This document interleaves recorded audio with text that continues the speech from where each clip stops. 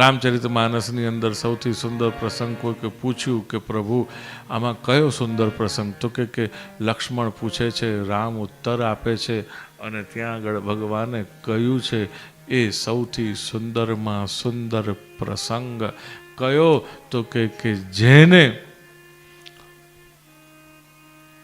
કામ આદિ મદ दम्भ न जाके ताके बस में निरंतर जाके હું એને સદા વશ થઈને રહું છું, જે કામાદિ ષડદોષથી રહિત છે, મુક્ત છે.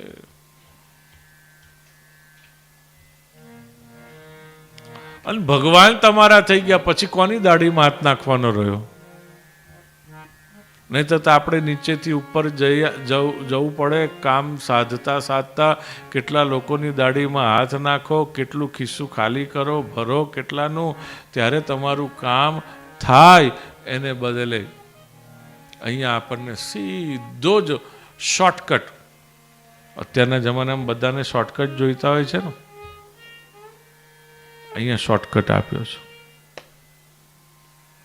ભગવાનનો આશ્રય કરી લો, ભગવાનના પગ પકડી લો. જેના હાથમાં ભગવાનના ચરણ અને ચરિત્ર આવી ગયા ને એને પછી કોઈની દાઢીમાં હાથ નાખવો પડશે નહીં. તુંગભદ્રા નદીના તટ ઉપર આત્મદેવ નામના વિપ્રની કથા કહી. એને પત્ની છે ધુંધુલી, બહુ બધા એના લક્ષણો કયા છે, પણ જોવા જેવા નથી. કોઈ દિવસ કોઈના લક્ષણો જોવા નહીં, નહીંતર આપણામાં અરીસા જોવા જેવું થઈ જાય.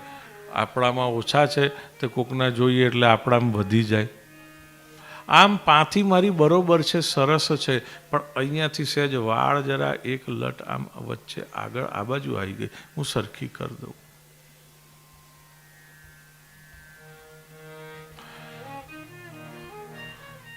આપણામાં કોઈના જોઈએ દોષ એટલે આપણામાં વધી જાય.